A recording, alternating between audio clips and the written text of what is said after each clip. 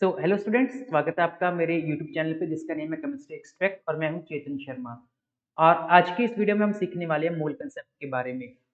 मोल concept अगर 9th class में तो भी आप सीख के लिए बहुत इंपॉर्टेंट है, और अगर आप 11th या 12th में हो या आप कॉम्पिटिटिव एग्जाम की प्रिपरेशन कर रहे हो तब भी आपके लिए बहुत ही ज़्यादा इंपॉर्टेंट हो जाता है मोल कंसेप्ट। तो आज की इस वीडियो में हम इससे मोल कंसेप्ट को बहुत ही एक ईजी वे से समझेंगे।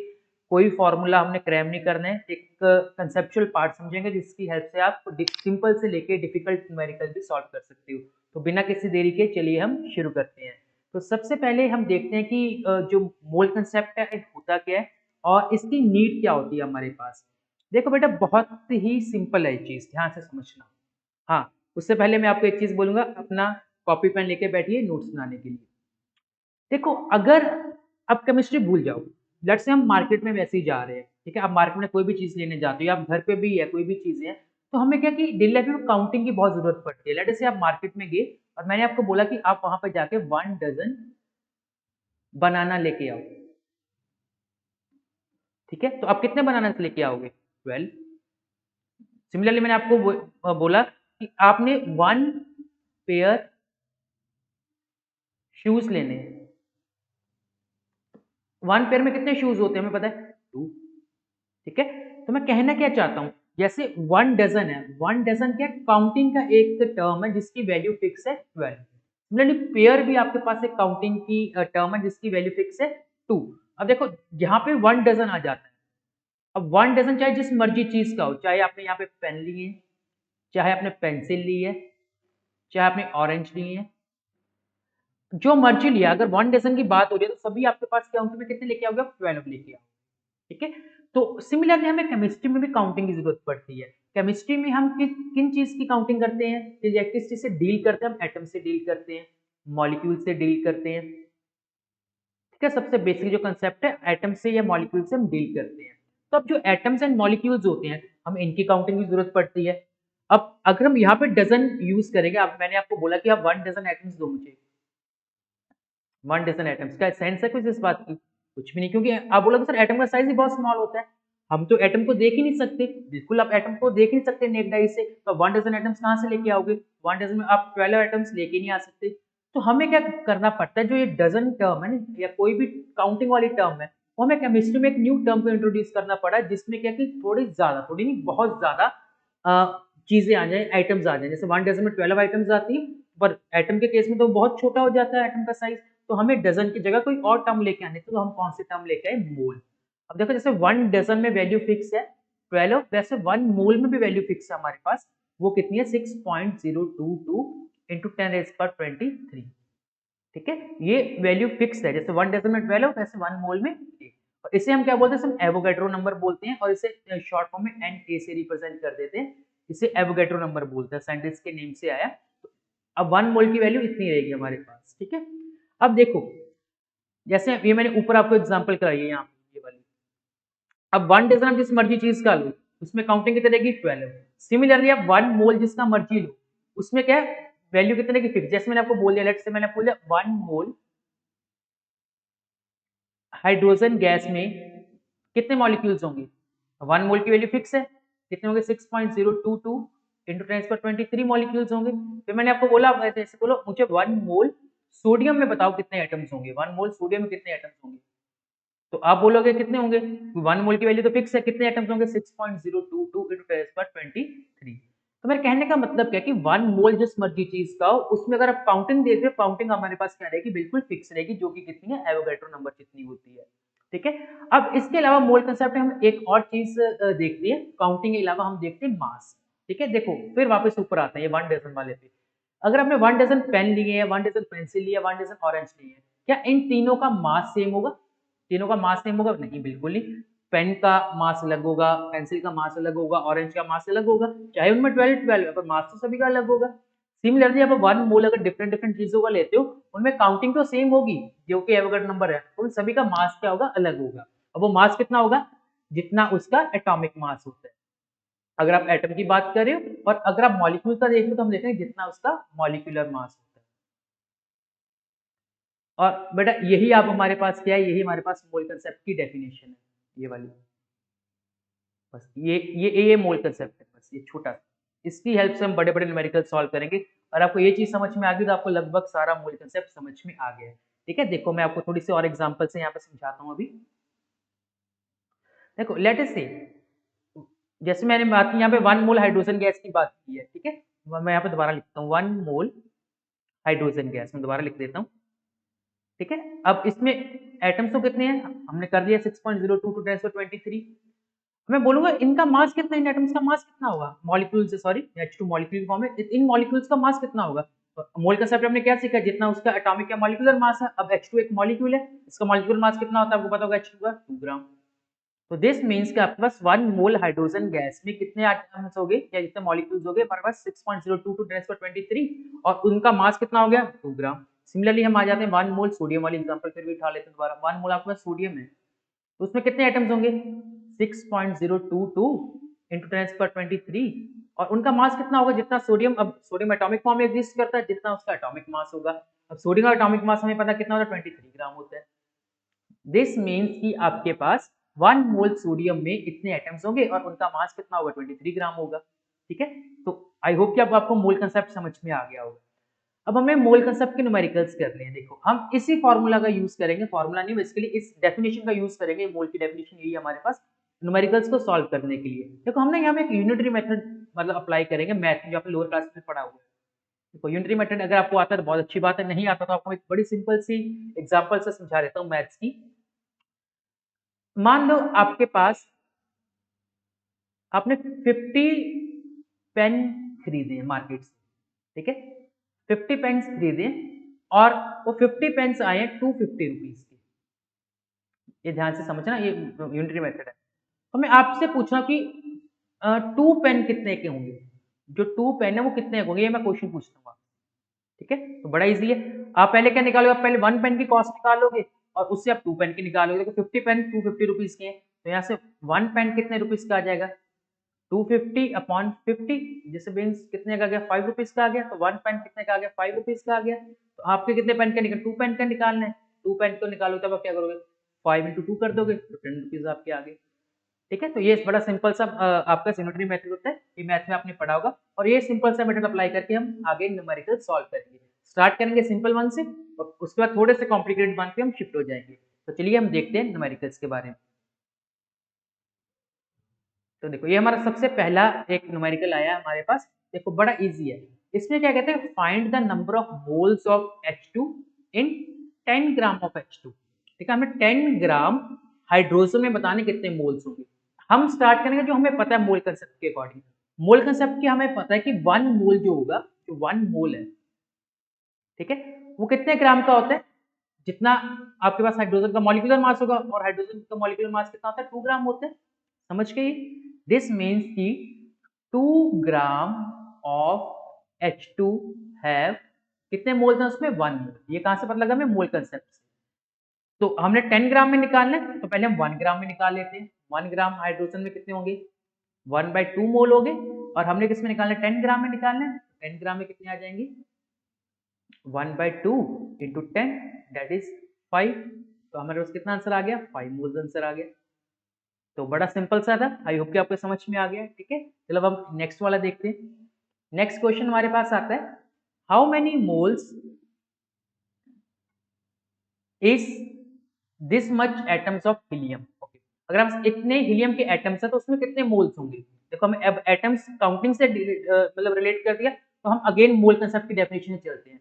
हमें पता है कि अगर 6.022 इंटू 10⁻23 आपके पास एटम्स होंगे किसी भी चीज के, यहाँ पे हीलियम की बात करें तो हम हीलियम लिखते हैं, हीलियम उसमें कितने मोल्स होते हैं, एवोगाड्रो नंबर होता है मोल कंसेप्ट अकॉर्डिंग हमें पता है उसमें कितने मोल होते हैं 1 मोल होते हैं।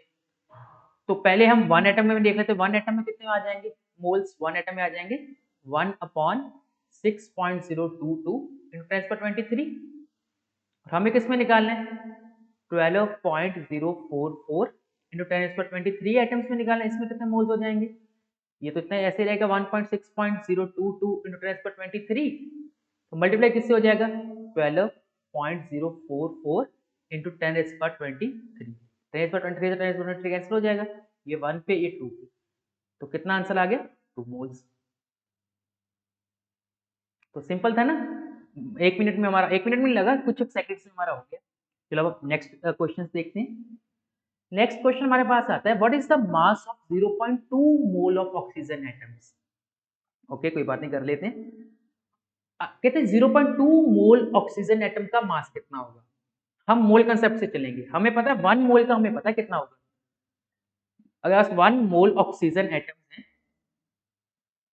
उसका मास कितना होगा 1 मोल में, जितना उसका एटॉमिक मास होता है, और ऑक्सीजन का एटॉमिक मास कितना होता है 16, कितना आ गया 16 ग्राम।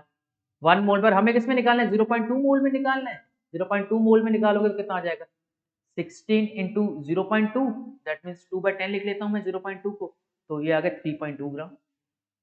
तो 0.2 मोल का मास कितना आ जाएगा आपके पास 3.2 ग्राम। सिंपल था ये भी। चलो अब हम नेक्स्ट वाला देखते हैं। ओके, नेक्स्ट क्वेश्चन हमारे पास है, if 1 mole of carbon atom weighs 12 gram, what is the mass in gram of 1 atom of carbon. Okay, कहते हैं कि हमें स्टेटमेंट में मोल कंसेप्ट की डेफिनेशन गिवन है। बेसिकली कहते हैं कि अगर हमारे पास 1 मोल कार्बन एटम है, 1 मोल कार्बन है, ठीक है, सिंपली कहते हैं अगर 1 मोल कार्बन है, तो लिख देता हूँ पूरा, लिखा कार्बन है, तो उसका मास कितना है हमारे पास 1 मोल कार्बन का, वो है 12 ग्राम। तो हमने उससे उन्होंने हमसे पूछा कि 1 एटम ऑफ कार्बन का मास कितना होगा, 1 एटम ऑफ कार्बन का मास कितना होगा, ये हमने निकालना है। तो बड़ा इजी है, देखो यहाँ पे तो मोल गिवन है, पर हमने एटम का निकालना है, तो हम मोल को एटम्स में कन्वर्ट कर लेते हैं। तो 1 मोल में कितने एटम्स होते हैं 6.022 into 10⁻23। दिस मीन्स कि 6.022 into 10⁻23 जो एटम्स ऑफ कार्बन है, इनका मास कितना होगा, जितना गिवन हमारे पास 12 ग्राम। हमें किसका निकालना है 1 एटम का निकालना है, तो 1 एटम का निकाल लेते हैं, इसमें कौन सी बड़ी बात है। कितना आ गया 12/6.022 into 10⁻23। तो 10⁻23 को ऊपर ले जाओ, क्या आ जाएगा 10⁻23। ये 6 है, ये अप्रोक्सीमेटली 1.9 आ जाएगा। तो इतना ग्राम आपके पास आंसर आ गया किसका 1 एटम ऑफ कार्बन का इन ग्राम्स। तो ये भी सिंपल हमने मोल कंसेप्ट अप्लाई किया बड़ा सिंपल वे से, ठीक है। अभी तक देखो मैंने कोई फॉर्मूला आपको क्रैम नहीं करवाया, ना ही हमने फॉर्मूला क्रैम करना है। तो ये हमें मतलब जो कॉम्पिटिटिव एग्जाम्स होते हैं ना, उसमें ये कंसेप्चुअल अगर आपको क्लियर होगा तो आप जैसे मर्जी घुमा के आपको न्यूमेरिकल आ जाए तो आप इजीली सॉल्व कर पाओगे, ठीक है। चलो हम नेक्स्ट पे कर चलते हैं। ओके, सो नेक्स्ट क्वेश्चन ये, इसे स्टार्ट करने से पहले आपको बता देता हूँ, अगर आप 9th क्लास तक के लिए देख रहे थे ये वीडियो, तो आप यहीं पे मतलब छोड़ सकते हो ये क्वेश्चन अब, कि अब ये क्वेश्चन क्या हायर लेवल पे कॉम्पिटिटिव एग्जाम्स के 11th या 12th के लिए आ गए हैं। तो चलिए हम शुरू करते हैं। तो हमारा क्वेश्चन क्या है, हमारे क्वेश्चन में कहते हैं कि 1.4 gram of calcium oxide is formed by complete decomposition of calcium carbonate, then the amount of calcium carbonate taken and the amount of carbon dioxide formed will be respectively। तो लंबा question है, बड़ा easy है, देखो मैं समझाता हूँ क्या कहते हैं। हमने क्या किया कैल्शियम कार्बोनेट की, देखो कैल्शियम कार्बोनेट की हमने क्या किया डिकम्पोजिशन की है, कंप्लीट डिकम्पोजिशन की है। ये हमारा कैल्शियम कार्बोनेट है, और जब हम इनकी डिकम्पोजिशन करते हैं, हीट करते हैं, तो आपके पास क्या बनता है, एक आपके पास कैल्शियम ऑक्साइड बनता है, साथ में कार्बन डाइऑक्साइड बनता है, ठीक है, यही इन्होंने बोला है। और कहते हैं जब आपने, हमारे पास कुछ एक अमाउंट थी कैल्शियम कार्बोनेट की, हमें नहीं पता कितनी है, कहते हैं जब हमने उसकी डिकम्पोजिशन की तब आपके पास कैल्शियम ऑक्साइड कितना बन गया 1.4 ग्राम बन गया, ठीक है। ये स्टेटमेंट में हमारे पास ये बना। उन्होंने यह पूछा कि आपने कैल्शियम कार्बोनेट कितना लिया और कार्बन डाइऑक्साइड कितना बना, ये हमने कैलकुलेट करना, ठीक है। आई होप कि आपको समझ में आ गया क्वेश्चन। तो देखो अब इसे हम बड़े इजी वे से करते हैं। तो देखो पहले हम देखते हैं कि अगर ये इक्वेशन है हमारे पास, ठीक है, देखो इसमें कैल्शियम कार्बोनेट के कितने मोल्स हमारे पास, जो आगे 1 है ना, 1 लगा, जो आगे बैलेंसिंग कोएफिशिएंट होता है, सब स्टोइचियोमेट्रिक कोएफिशिएंट बोलते हैं, वो होता है वही उनके मोल्स होते हैं। यहाँ पे आपके पास 1 मोल गिवन है, 1 मोल कैल्शियम कार्बोनेट डिकम्पोज होने पे आपके पास 1 मोल ही क्या देता है कैल्शियम ऑक्साइड देता है, और 1 मोल ही आपके पास क्या देता है कार्बन डाइऑक्साइड देता है। तो अब हमें मोल्स में तो नहीं, हमें मास चाहिए, तो 1 मोल कैल्शियम कार्बोनेट का मास कितना होगा, जितना उसका मॉलिक्यूलर मास है। तो कैल्शियम कार्बोनेट का मॉलिक्यूलर मास आप कैलकुलेट कर लेते हैं कितना होता है, कैल्शियम का कितना होता है, यहाँ पे मैं साइड पे रफ काम में कर लेता हूँ, 40 होता है कैल्शियम का, कार्बन का 12 होता है, और ऑक्सीजन 3 लगे हैं, 16 3 48, तो कितना आ गया 100 आ गया हमारे पास। तो यहाँ पे आपका 100 ग्राम गिवन है। कैल्शियम ऑक्साइड का मास कितना होता है, कैल्शियम का हो गया 40, ऑक्सीजन का हो गया 16, तो 56 आ गया। ये 56 ग्राम हमें गिवन है, और कार्बन डाइऑक्साइड का 44 ग्राम होता है, ठीक है। तो बेटा ऐसे क्वेश्चन में सबसे पहले आपने इक्वेशन लिखनी है और उसको बैलेंस करना है। बैलेंस करना बहुत इंपॉर्टेंट है ऐसे क्वेश्चन में। देखो ये ऑलरेडी बैलेंस थी 1 1 1 के साथ बैलेंस है, इसलिए मुझे कोई भी बैलेंसिंग में ज्यादा दिमाग नहीं मतलब अपना लगाना पड़ा। तो बैलेंस करने पे हमने देखना कि बैलेंसिंग जो हमारे पास इक्वेशन है बैलेंस वाली, उससे हमें क्या इन्फॉर्मेशन मिली है वो मैंने लिख ली। अगर आपको क्वेश्चन में मोल्स पूछे होते तो मोल्स से कर लेते हैं। अब यहाँ पे हमें मास पूछा, मैंने उसको मास में कन्वर्ट कर दिया। अब देखो हमें यहाँ से क्या पता लग रहा है कि अगर आपके पास 56 ग्राम कैल्शियम ऑक्साइड फॉर्म हो रहा है, तो उसके लिए आपको कैल्शियम कार्बोनेट कितना चाहिए, 100 ग्राम कैल्शियम कार्बोनेट चाहिए। यही गिवन है ना, देखो एक क्वेश्चन से हमें यही पता लग रहा है जो गिवन इक्वेशन है। तो हमें किसमें, हमें 1.4 ग्राम कैल्शियम ऑक्साइड से निकालना है। 56 ग्राम कैल्शियम ऑक्साइड के लिए 100 ग्राम चाहिए, तो 1 ग्राम के लिए देख लेते हैं। 1 ग्राम कैल्शियम ऑक्साइड के लिए कितना चाहिए होगा, 100/56, और हमें किसका निकालना, 1.4 का निकालना है। 1.4 का करो कैसे आ जाएगा, 100/56 मल्टीप्लाई बाई 1.4।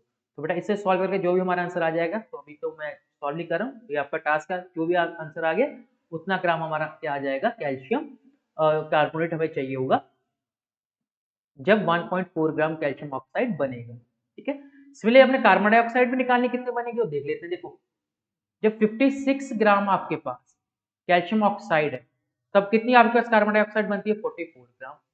जब 1 ग्राम कैल्शियम ऑक्साइड होगा तो कितना बनेगा, 44/56। और अब हमारे पास कितना बन रहा है स्टेटमेंट में, 1.4 ग्राम बन रहा है। 1.4 ग्राम जब कैल्शियम ऑक्साइड बनेगा उसके लिए कितना आएगा, 44/56 मल्टीप्लाई बाय 1.4। इसको सॉल्व करें, जो भी आपका आंसर आ गया उतने ग्राम आपके पास कार्बन डाइऑक्साइड बन जाएगी।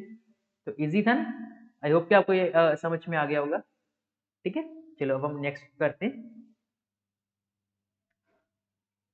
ओके, ये नेक्स्ट क्वेश्चन हमारे पास है, तो थोड़ा ध्यान से समझना ये क्वेश्चन। क्वेश्चन क्या कहता है, कहता है कि number of atoms in the following samples of substance is the largest in ये ओके। तो हमें क्या कि हमें 4 डिफरेंट सैंपल्स का मास गिवन है, हमने ये बताना कि इन चारों में से सबसे ज्यादा एटम्स किसमें होंगे। ठीक है, तो चलो करते हैं, बड़ा इजी है। सबसे पहले मैं फर्स्ट वाला करता हूँ। फर्स्ट हमारे पास क्या गिवन है, 127 ग्राम ऑफ आयोडीन। अब देखो आयोडीन का मॉलिक्यूलर मास मुझे पता है 127 ग्राम होता है। ठीक है, तो अब देखो आपको आयोडीन कितना गिवन, जिसका जितना उसका मॉलिक्यूलर मास है, तो मोल कंसेप्ट के अकॉर्डिंग जितना अगर उसका मॉलिक्यूलर मास है, मॉलिक्यूलर मास में कितने मोल्स होते हैं, 1 मोल होते हैं। इसका मतलब इसमें कितना आ गया, 1 मोल आ गया। 1 मोल में कितने पार्टिकल्स होते हैं, 6.022 × 10⁻23। मतलब कि 127 ग्राम ऑफ आयोडीन में कितने पार्टिकल्स होंगे, 6.022 × 10⁻23। क्यों, क्योंकि 127 ग्राम आयोडीन का मॉलिक्यूलर मास होता है। जितना आयोडीन का मॉलिक्यूलर मास हमारे पास होगा, ठीक है, और जितना मॉलिक्यूलर मास होता है उसमें कितने मोल्स होते हैं, 1 मोल होता है। और 1 मोल में एटम्स कितने होते हैं, जितना एवोगैड्रो नंबर होता है। मैं स्टार्टिंग में यही तो सीखा था। ठीक है, अब हम सेकंड वाला देखते हैं। सेकंड वाला देखो, सेकंड क्या, 48 gram of magnesium. 48 gram of magnesium में निकाल कितने एटम्स होंगे। ठीक है, तो देखो हमें पता है जो मैग्नीशियम का अगर आप मॉलिक्यूलर मास देखोगे, मैग्नीशियम का जो मॉलिक्यूलर मास है या एटॉमिक मास है वो कितने 24 होते हैं। ठीक है, दिस मीन्स कि 24 ग्राम ऑफ मैग्नीशियम में कितने मोल्स होंगे आपके पास और कितने पार्टिकल्स होंगे, 6.022 × 10⁻23। क्यों, तो जितना किसी चीज का एटॉमिक मास या मॉलिक्यूलर मास होता है उसमें कितने पार्टिकल्स होते हैं, एवोगैड्रो नंबर जितने, जो किसके इक्वल होता है, 1 मोल के अकॉर्डिंग। ठीक है, 24 ग्राम ऑफ मैग्नीशियम में इतने हैं, हमने 48 ग्राम में निकालने हैं, पहले 1 ग्राम में निकाल लो। 1 ग्राम ऑफ मैग्नीशियम में कितना आ जाएगा, 6.022 × 10⁻23 और डिवाइडेड बाय 24। हमें किसमें का 48 ग्राम में निकालना है, 48 ग्राम में कितना आ जाएगा, 6.022 10⁻23 डिवाइडेड बाय 24 × 48। 24 से 48 कट हो गया तो हमारे पास कितना आंसर आ गया, 2 × 6.022 × 10⁻23 ये। ठीक है, अब हम थर्ड वाला देखते हैं। पेन में कलर चेंज कर लेता हूँ। थर्ड वाला, अब थर्ड वाले में हमने क्या करना है, 71 ग्राम ऑफ क्लोरीन में निकालना है। 71 ग्राम ऑफ क्लोरीन। अब हमें पता है क्लोरीन का जो एटॉमिक मास होता है, क्लोरीन का जो एटॉमिक मास है वो कितना होता है, 35.5 होता है। ठीक है, दिस मीन्स कि 35.5 ग्राम ऑफ क्लोरीन में कितने एटम्स होंगे, जितना एवोगैड्रो नंबर है 6.022 × 10⁻23 होंगे। ठीक है, आई होप कि आपको समझ में आ रहा है। 1 ग्राम में कितने हो जाएंगे, 6.022 × 10⁻23 डिवाइडेड बाय 35.5। हमने किसमें निकाला है, 71 ग्राम में। 71 ग्राम में कितना हो जाएगा, 6.022 × 10⁻23 डिवाइडेड बाय 35.5 × 71। ये 2 पे कट हो गया, ये भी कितना आ गया 2 इंटू 6.022 इंटू 10⁻23 आ गया। देखो ये तो हमें देखो अब हमें सॉल्व करने की जरूरत नहीं है, आपको पता लग रहा है ये 71 क्या होता है 35.5 पे डबल होता है। 35.5 ग्राम क्या होता है क्लोरीन का एटॉमिक मास है, उसमें 1 मोल है, उसका डबल कर दोगे 2 मोल हो जाएंगे। 2 मोल में कितने पार्टिकल्स होते हैं 2 इंटू एवोगैड्रो नंबर हो जाएंगे हमारे पास। ठीक है, अब लास्ट फोर्थ वाला हम देखते हैं। ठीक है, फोर्थ वाले में देखो हमने किसमें निकाला 4 ग्राम ऑफ हाइड्रोजन।